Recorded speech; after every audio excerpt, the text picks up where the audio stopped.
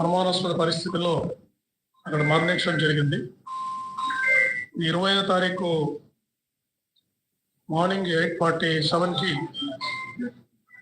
ఇది dial 112 call వచ్చింది.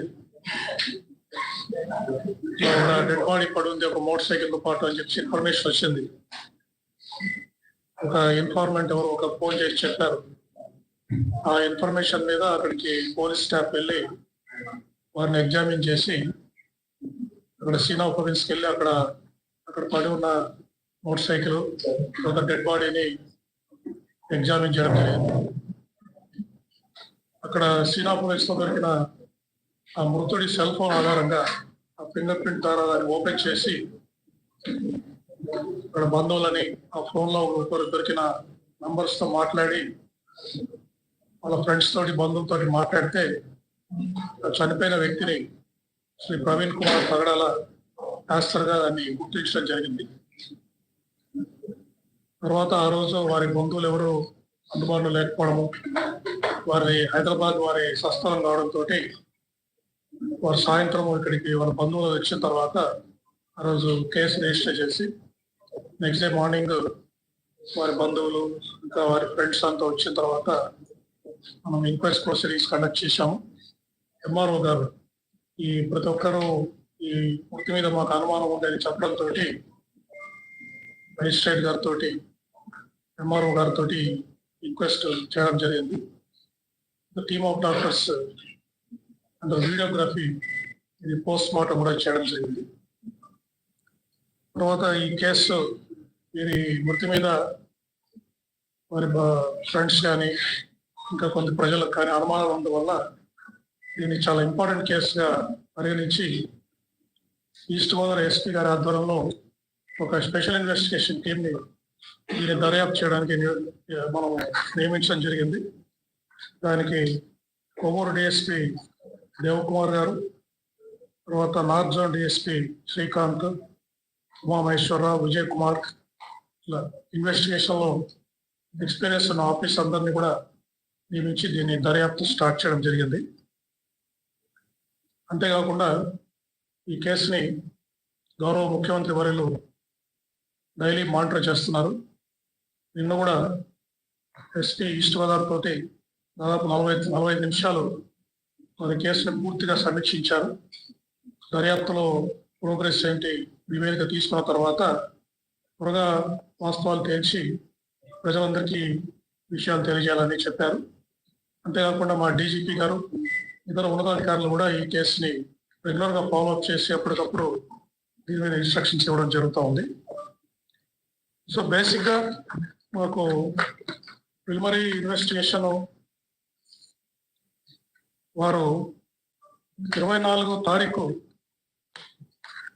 హైదరాబాద్ లో వారు ప్రిలిమినరీగా ఇంతవరకు వారి బంధువులు కానీ తర్వాత వారు రోడ్లో ప్రయాణం చేస్తున్నప్పుడు కొంతమందితో మాట్లాడిన వాళ్ళ ఫ్రెండ్స్ ద్వారా కానీ ఇంకా అందరితోటి మాట్లాడడం జరిగింది.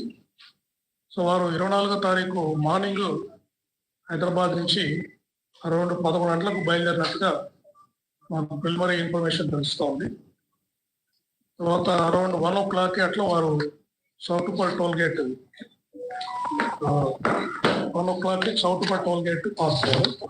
అంటే వరుసగా మనకి సీసీ కెమెరాస్ ద్వారా మనకు లభ్యమవుతోంది.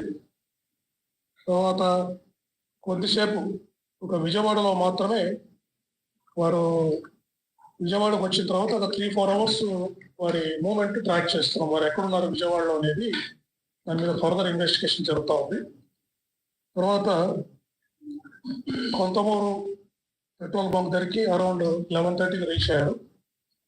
అరౌండ్ 11:42కి ఈ నయానా పెట్రోల్ బంక్ దగ్గర ఈ ఇన్సిడెంట్ జరిగింది. సో వారి మూమెంట్ అంతా కూడా బయలుదేరినప్పటి నుంచి వారు మరణించేంత వరకు పూర్తిగా ట్రాక్ చేయడం జరుగుతూ ఉంది. విజయవాడలో వాళ్ళు ఎవరిని కలిశారు, 4 గంటలు ఎక్కడ ఉన్నారు అనేది మాత్రము ఇంకా పూర్తిగా టీమ్స్ అక్కడ పూర్తిగా దర్యాప్తు చేస్తున్నాయి. విజయవాడ సిటీలో ఉన్న సీసీ కెమెరాస్ కూడా మేము పరిశీలిస్తున్నాం. తర్వాత ఈ పోస్ట్ మార్టం కూడా ప్రిలిమినరీ పోస్ట్ మార్టం రిపోర్ట్ ఇచ్చారు. దీంట్లో వాళ్ళు పూర్తి ఫైండింగ్స్ మాకు ఇవ్వలేదు. అయితే కొన్ని అబ్రేషన్ ఇంజరీస్ ఈ చేతుల మీద బాడీ మీద ఉన్నాయి, అంటే ఏదన్నా రాపుడు గాయాలు ఉన్నాయన్నారు. లాసిరేటెడ్ ఇంజరీస్ ఫేస్ మీద ఉన్నాయని చెప్పారు, front side of the face మీద ఉన్నాయని చెప్పారు లాసిరేటెడ్ ఇంజరీస్. అయితే ఈ టాక్సికాలజీ రిపోర్ట్, ఎఫ్ఎస్ఎల్కి టాక్సికాలజీ రిపోర్టు, ఫర్దర్గా పెథాలజీ కూడా కొన్ని రిపోర్ట్స్ పంపారు. ఎందుకంటే ఒక కాలిన గాయం కాలు మీద ఉంది, అది ఎటువంటి గాయం అని చెప్పడానికి పెథాలజీ కూడా ఈ రిపోర్ట్స్ కోసం పంపడం జరిగింది. సో ఇవన్నీ పూర్తి రిపోర్ట్స్ వచ్చిన తర్వాత ఈ మనం ఇన్వెస్టిగేషన్, అంటే ఎందుకు వారు చనిపోయారు అనేది పూర్తిగా మనం నిర్ధారించడం జరుగుతుంది. ఈ ఇంకా ఎవరికైనా టెక్నికల్ ఎవిడెన్స్ మొత్తం కూడా CC cameras, cell phone cameras, cell phone analysis ఇవన్నీ చేస్తున్నాం. అంతేకాకుండా మన ట్రాన్స్పోర్ట్ ఆఫీసర్స్ కూడా ఈ వెహికల్స్ ని కూడా వారు ఎగ్జామిన్ చేశారు. యాక్సిడెంట్ అయిన వెహికల్స్ ని ఎగ్జామిన్ చేశారు. అతను డెంట్ మార్క్స్ ఉన్నాయా, అతను కార్స్, అప్పుడు మీరు సీసీటీవీలో చూస్తుంటే కొన్ని కార్స్ కూడా అక్కడ వారి మోటార్ సైకిల్తో పాటు పాస్ అవుతున్నాయి. అదేదైనా కొలిజన్ అవుతే మోటార్ సైకిల్కి ఏదైనా ఒక కార్ వచ్చి గుద్దితే అక్కడ డెంట్ మార్క్స్ ఏమైనా పడ్డాయా, తర్వాత ఏమైనా పెయింట్స్ ఎక్స్చేంజ్ అయిందా, మోటార్ సైకిల్కి ఆ కార్కు మధ్యలో ఏదైనా గుద్దితే ఆ కార్లో ఉన్న పెయింట్ మోటార్ సైకిల్ అందిందా, మోటార్ సైకిల్ పెయింట్ ఏమైనా కార్కు వచ్చిందా, అది కూడా వారు రిపోర్ట్ ఇచ్చారు. అది ఎస్పీ గారు మీకు ఎక్స్ప్లెయిన్ చేస్తారు. సో ఈ విధంగా డీటెయిల్ అనాలిసిస్ మేము చేస్తున్నామండి.